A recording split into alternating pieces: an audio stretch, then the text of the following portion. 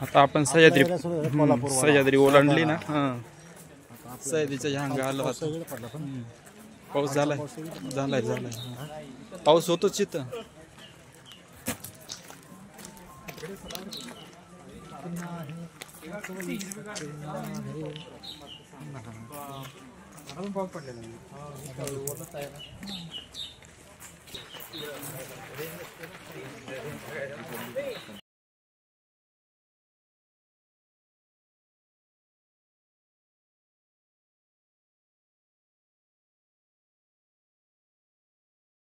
खाली पडला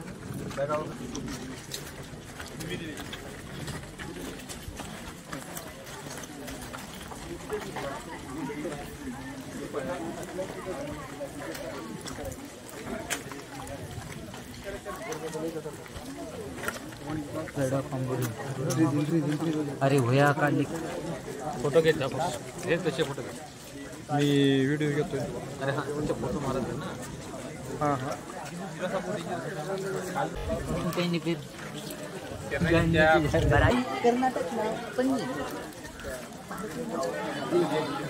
दिलजली वाघाचं. अरे बाप रे वाघ दिसला का?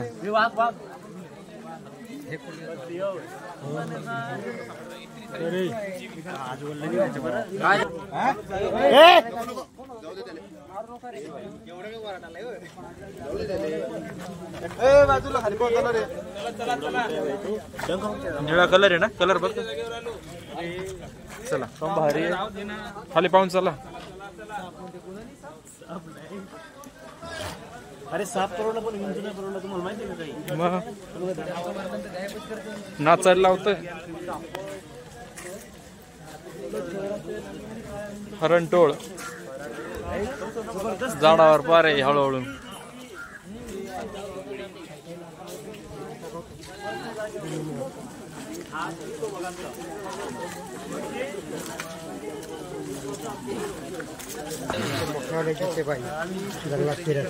खाली बघा खाली.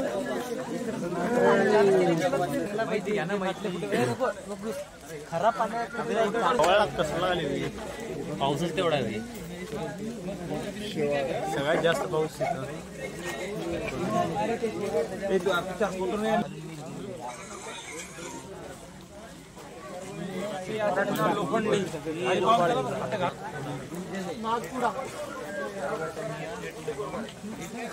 त्याला 4च पानं आहेत रे. तो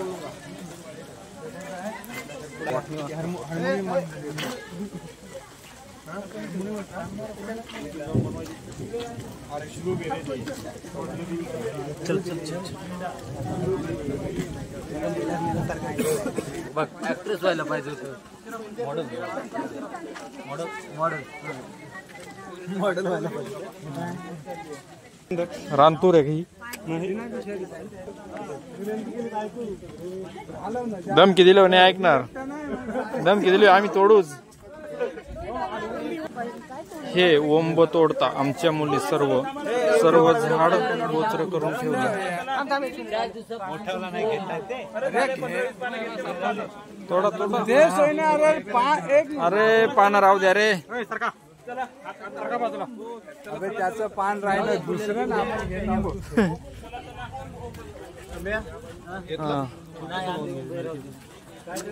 हे काय काहीच नाही. ज्याचं लिहून नाही हे नको काढ. पाणी नको. कोणता आहे रे? नागकुडा. नको घेतो ना. नागकुडा. कन्फ्युजन. अरे कुठले पानं तोडा टाकून द्या. कुठे म्हणते एवढं भारी. हे काही गाव तोंडी आहे.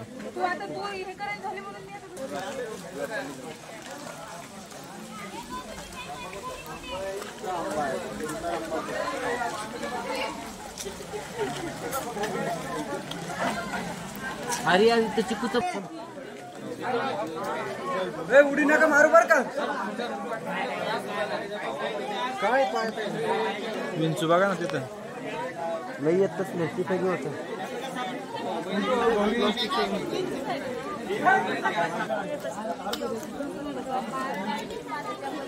सर हे काय पता नाही कोणता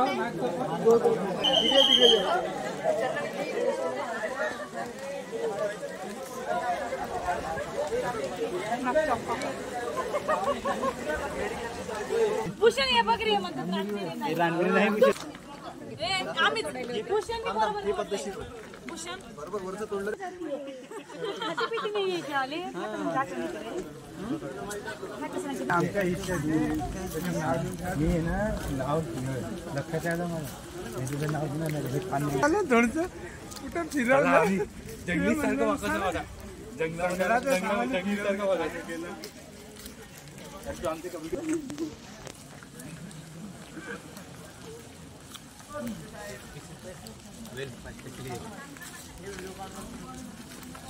अरे ठेवू का आता टकटकल्यावर आता चांदच दिसणार अरे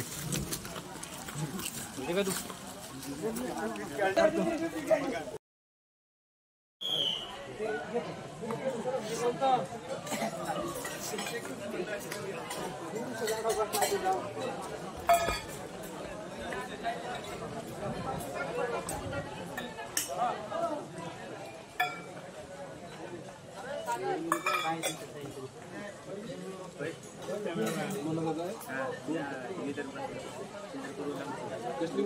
आता म्हणजे कसं वाटतंय आता दिसलं काय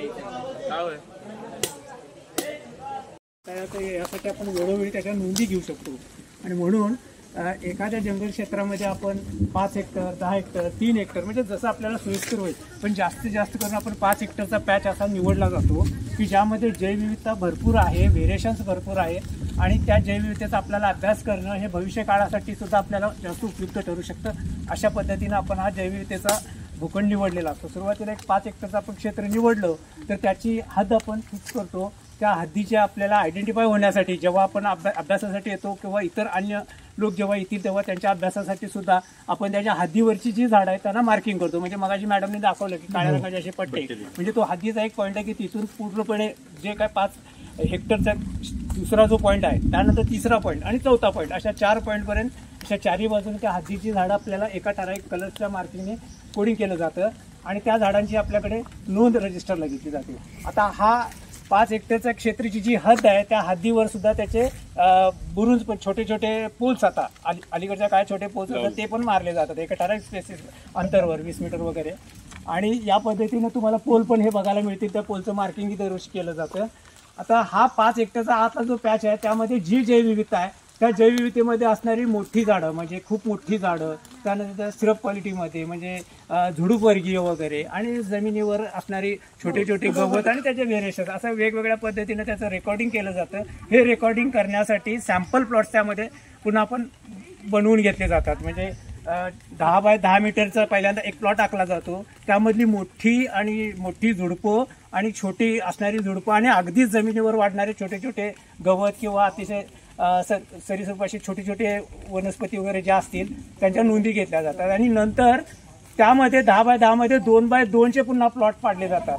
आता हे सारे कसे डायगोनली असे 2 आखल्यानंतर आणि वेगवेगळ्या अशा स्पेसिसवर कंपार्टमेंट करून आपण काय करतो त्याच्यावर असे प्लॉट आखतो आणि असे 2 बाय 2चे 41 प्लॉट याच्यामध्ये बसलेले असतात आणि या 41 जे प्लॉट्स आहेत ते 2 बाय 2चे आहेत आणि ते सॅम्पल प्लॉट्स आहेत आणि या सॅम्पल प्लॉटमध्ये दरवर्षी आपण जुलै आणि ऑक्टोबरमध्ये आपण काय करतो त्यामध्ये असणारी जैवविविधतेची नोंद घेतो. म्हणजे 10 बाय 10 मध्ये असणारी जी मोठी झाडं आहेत त्याची दरवर्षी घेतली जात नाही कारण ती झाडं एका ठराविक वर्षांनी त्याची मोजमाप करतो. पण 2 बाय 2 मधले आपण छोटी झुडपं लहान अगदी गवत असणारं किंवा त्यामध्ये एखादे कीटक छोटे वगैरे किंवा हे व्हेरिएशन सगळं असते ते जैवविविधता आपण त्याच्या नोंदी घेतो आणि या नोंदी दरवर्षी आपल्याकडं जून आणि ऑक्टोबरमध्ये घेतल्यामुळं आपल्याला पावसाच्या साधारण सुरुवातीच्या काळामध्ये असणारी वनस्पती आणि पावसाच्या समाप्तीच्या अखेरच्या वेळेला असणारी वनस्पती यामध्ये कोणती वाढली कोणती कमी झाली किंवा त्या वनस्पतीमध्ये बाहेरच्या तापमानामुळे झालेला बदल या सगळ्या गोष्टींचा अभ्यास केला जातो. त्याच्या नोंदी घेतल्या जातात आणि या नोंदीच्या अभ्यासातून आपल्याला त्याचा आपल्या जैवविविधतेचा जे काय ग्राफ आहे तो आपल्याला तयार करता येतो. तर यासाठी इथं आपल्या पश्चिम महाराष्ट्रामध्ये जास्त करून म्हणजे आपण बघितलं असेल तुम्ही येताना अंजनीची झाडं जी आहेत जी सगळीकडे तुम्ही विचारत होता ही खूप महत्त्वाची झाडं आहेत तर हे एक महत्त्वाचा इथला पार्ट आहे, अंजनची झाडं. त्यानंतर नरक्यासारखी वनस्पती जी औषधी आहे ती खूप महत्त्वाची आहे. खूपशी झाडं तुम्हाला इथे नावं माहीत असतील, मी सगळ्या गोष्टींची नावं घेत बसत नाही, पण तुम्ही फिरून बघा. सगळी झाडं इथली महत्त्वाची आहेत आणि ही औषधी आहेत, दुर्मिळ आहेत, रेअर आहेत असं आता आपल्याला म्हणायला हरकत नाही. कारण आता प्रत्येक झाडाला आपल्या दृष्टीनं आता ते रेअरच म्हणावं लागेल आणि त्या पद्धतीनं आपण त्याची जपणूक करायची आहे. आणि यासाठी जैवविविधता भूखंड आपण आता यासाठी वन संशोधन केंद्राकडून त्याच्या हद्दी साफ केल्या जातात, त्याचे हे तयार हे केलं जातं. अंगावर चढण्यासाठी जास्त हे करते सर. हे छोटस जीव बघताय तुम्ही, याला लीच म्हणतो, जळू आहे हा.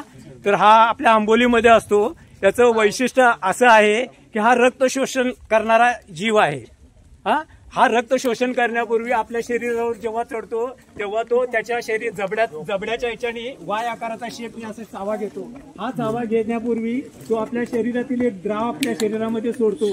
जसं एखादा भूल तज्ञ आपल्याला अनेस्थियाची जशी ट्रीटमेंट देतात, पण नाही की त्यानं चावा केव्हा घेतला आणि चावा घेतल्यानंतर तो त्याच्या जबड्याने त्याच्यामध्ये 2 जबड्याचे असे बारीक बारीक बारीक दातांची अशी पूर्ण लाईन्स असते, त्याच्याने तो आपलं रक्त ओढून घेत असतो. रक्त ओढून पूर्णपणे घेतल्यानंतर तो आपल्या शरीरापासून बाजूला होतो.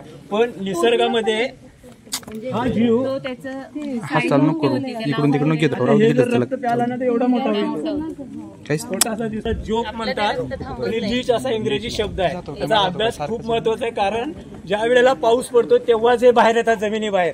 आता आज पाऊस पडलाय म्हणून ते दिसत आहे, जर आज दिवसभर ऊन असतं ना ते तुमच्या शरीराला चिकटले नसते. पण पावसाळ्यात जमिनीतून बाहेर येतात आणि एरवी ते समाधी अवस्थेत, म्हणजे पूर्णपणे मातीमध्ये पूर्णपणे एखादी सुकलेली काठी कशी असते अशा अवस्थेत हे जीव राहतात. आणि हे खूप जंगलामधला एक महत्वाचा जीव आहे, त्याचा अभ्यास होणं खूप महत्वाचं आहे. आज बरेचसे डॉक्टर्स लीचचा वापर करतात बघा, शरीरातील दूषित रक्त किंवा गाठी वगैरे अशा पद्धतीचे उपचार करण्यासाठी. या म्हणजे ठराविक पद्धतीचे अशा पद्धतीची यातली एक व्हरायटी आहे पूर्ण, ते वापरले जातात बघा. डॉक्टरांच्याकडे पण असे पाळले जातात आता ते. तर असा अँटिना हलवतो ना तो काय करतो, तो शोध घेतोय त्याला हॉट ब्लड, ज्याचे गरम रक्ताचे आहेत, आपण मनुष्य असेल किंवा प्राणी असतील, गवे वगैरे त्यांचं गरम रक्त असतं ना, त्याच्याकडे ते अट्रॅक्ट होतो आणि तो अँटिना तिकडे हलवतो, कुठं त्याला हे होतं ते डिटेक्ट होतं ते, तसा तो अँटिना आहे आणि मग त्या दिशेने चालतो. याचं एक वैशिष्ट्य असं आहे की तुम्ही जंगलात चालत गेला, पहिला जो जाईल त्याला कमी लागणार नाहीत, शक्यतो लागत नाही. पहिला जो निघून जाईल माणूस त्याला लागणार आहे, पण तो नंतर जागा होतो हा आणि मग शोधायला लागतो. पाठीमागचा असेल त्याला बरोबर तो चिटकतो. त्यामुळे ती काळजी घ्यावी. जाताना तुम्ही लगेच त्याचे काढले पाहिजे, चेक केले पाहिजे. याला काढण्यासाठी उपाय असा फारसा असा नाहीये, फक्त आग झालं तर कारवीचं किंवा कोणतंही एखादं खरबरीत पान घेणं आणि त्याला चिमटीत पकडून बाजूला करणं, याच्या पलीकडे आपल्याकडे कोणता उपाय नाही. आपण असं खेडेगावात वेगवेगळे असे वापरले जातात.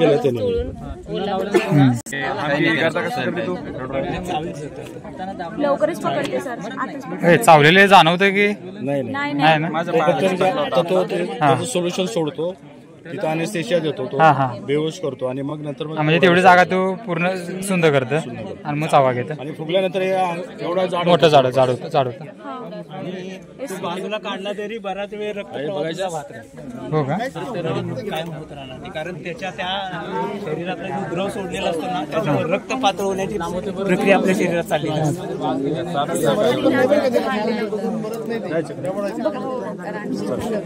चला पिछे मोड परत जाऊ द्या ना.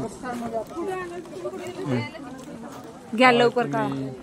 बायोडायव्हर्सिटी खराब करताय तुम्ही सर्व तोडून काही ठेवणार नाही तुम्ही 2 दिवस, ते पण तोडून घ्याल इथून.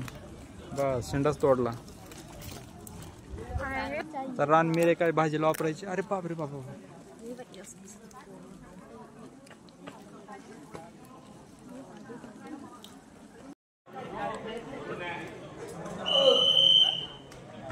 हा आहे हरणटोळ साप. आंबोली दौरा करताना आम्हाला कडीपत्त्याच्या झाडावरती आढळलेला हा हरणटोळ जातीचा साप, तो अटॅकच्या तयारीमध्ये आहे. आणि आंबोली येथील बायोडायव्हर्सिटी अत्यंत सुंदर आहे. इथं सापांचं तसंच विंचवांचं प्रमाण खूप प्रमाणामध्ये आहे. तसेच जळू देखील येथे मोठ्या प्रमाणात आढळतात.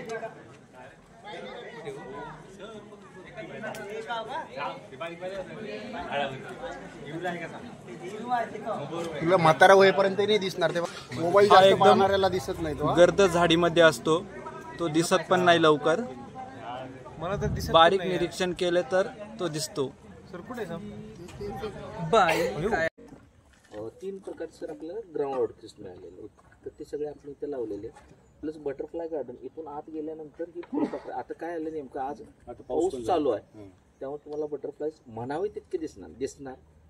रादर दॅन जर आज ऊन जर असतं तर तुम्हाला बटरफ्लाय असे उडवावे लागले असते, इतके बटरफ्लायज येतात. मग त्याच्यासाठी वेगवेगळ्या स्पीसीज लावल्या जातात.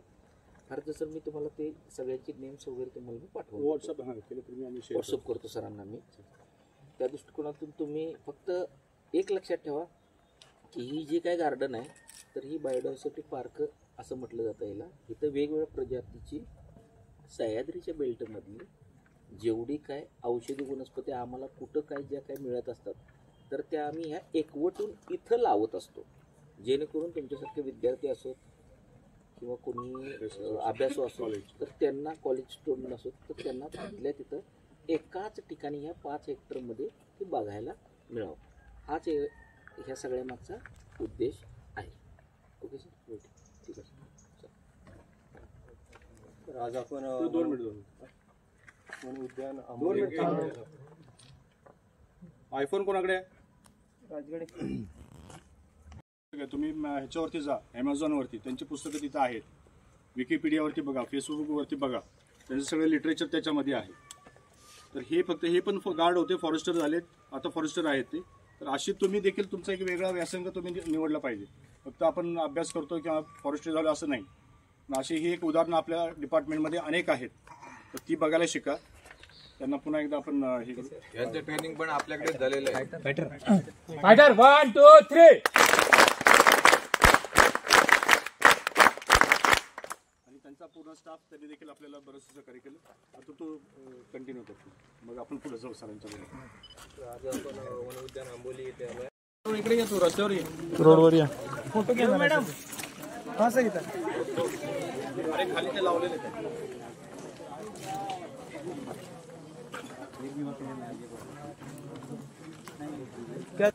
त्याचं नाव काय सर? हे जे आहे ना आता हे वाचता काय काय लिहिलेलं आंजरी, म्हणजे याचं बॉटनी त्या झाडाचं बोलतोय बरं का मी, त्याचं नाही. तर हा पिकॉक आहे, याला पिकॉक म्हणतात. म्हणजे ह्याचं नाव आहे डेंड्रोकॅलेब्रियम लॉवेनियम. म्हणजे ह्याचा जर फोटो जर घेतला आणि तुम्ही गुगल लेन्सला जर चेक केला, म्हणून मी त्या मॅडमना जस्ट फोटो घ्यायला सांगितले, कारण प्रोनाऊन्सिएशन स्पेलिंग ह्याच्यामध्ये मिस्टेक होते. मी बोला लागलोय पण मी जर ह्यांना जर सांगितलं, तुम्ही किती कोणाने काय काय ऐकलं ह्याच्यामध्ये फरक पडतो. त्यामुळं मी तुम्हाला सांगितलं ह्याचे फोटोग्राफ्स घ्या, गुगल लेन्सला जावा. गुगल लेन्सला गेल्यानंतर तुम्हाला त्याचं बॉटनिकल नेम, रेग्युलर नेम हे सगळं दिसेल. त्याचे फोटोग्राफ्स येतील, तुम्हाला 2 मिनिटात समजेल. आता ह्याच्यानंतर परत इथं जर गेला तर हे वेगळं ऑर्किड आहे. इथून गेला तर या तुमच्या जस्ट बॅक साईडला ही जी काय झाडं आहेत ह्याच्यावर वेगवेगळ्या प्रकारचे ऑर्किड्स लावलेले आहेत. ओके सर, एक 10 मिनिटात येता का? मी सर आत बटरफ्लाय गार्डन मध्ये फिरून आणतो. फक्त 10 मिनिटं, फक्त 10 मिनिटं घड्याळात. याच्यातून चालायचं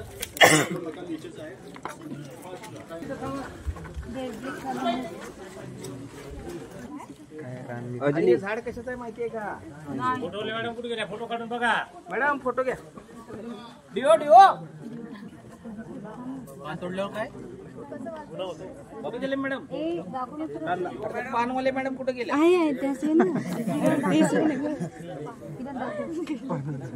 पान तोडलं ना? पुन्हा लागू शकतो का त्यांच्या? किती वर्ष शिक्षा? 6 महिने किंवा आहे ना? 2000 रुपये. झाड कसलं आहे माहितीये का? रामफळ गोड आणि टाळ्या वाजवा रे त्यांच्यासाठी. बायोडायव्हर्सिटी पार्क मध्ये रामफळ लावलंय. हा लवकर एक नंबर पांढरा तुपाचं झाड आहे. याचा जो डिंक येतो ना, म्हणजे याला जर साल जर काढली मोठं झाल्यानंतर बघा आता नाही साल जर काढली ना त्याच्यामध्ये डिंक येतो.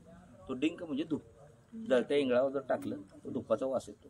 ओके, जे आता मार्केटला तुम्ही जे बघता ना धूप हे सगळं आर्टिफिशियल असतं बरं का. धुपाचं झाड आहे.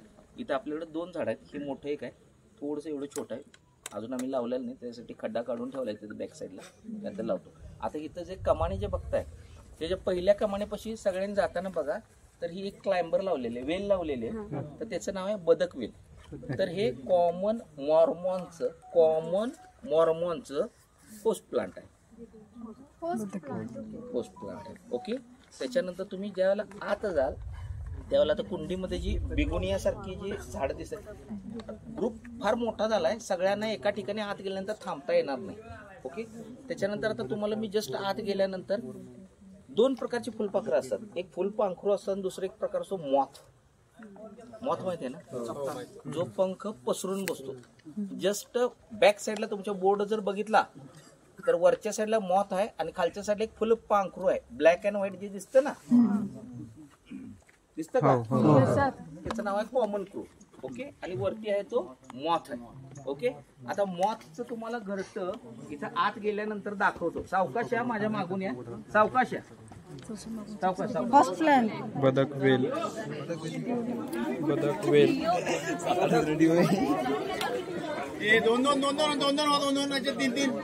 एकामेकावर चढू नका. बदक वेल आणि हे सगळ्यात मोठं एक झाड आहे, याची पानं पुरळी केलेली दिसते किंवा सुरळी केलेली दिसते, तर हे आहे मॉथ.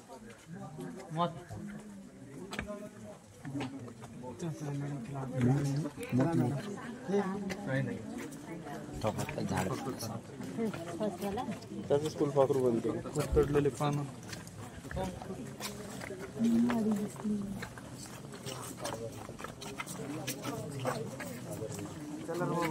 आळ्या पाहिल्या का कुर्त्या?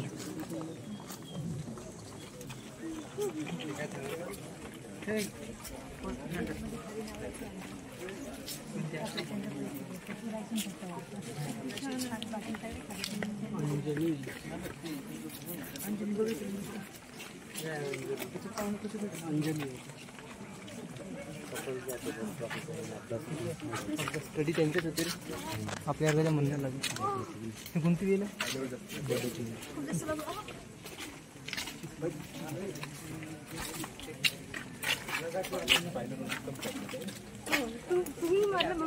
Chinese flower. हे दिसतं का रे यार, इकडे बघा रे. काय काय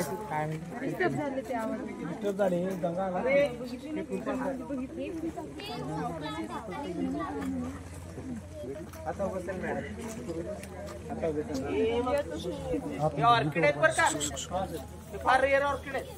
1 2 3 आणि पलीकडे काय बघा 4 ऑर्किड आहेत बरं का.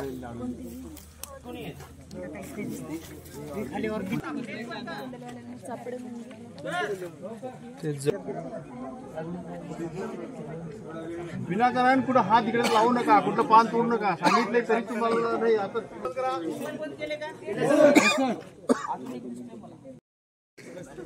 गर्दी करायची नाही. 2-2 चला माझ्या बरोबर होती जागा. 2-2 गेले उरत होईल तिथे जायला.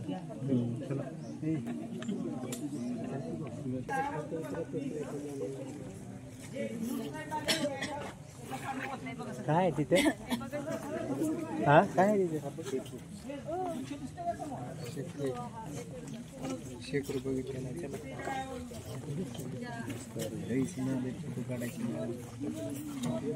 माझी नाव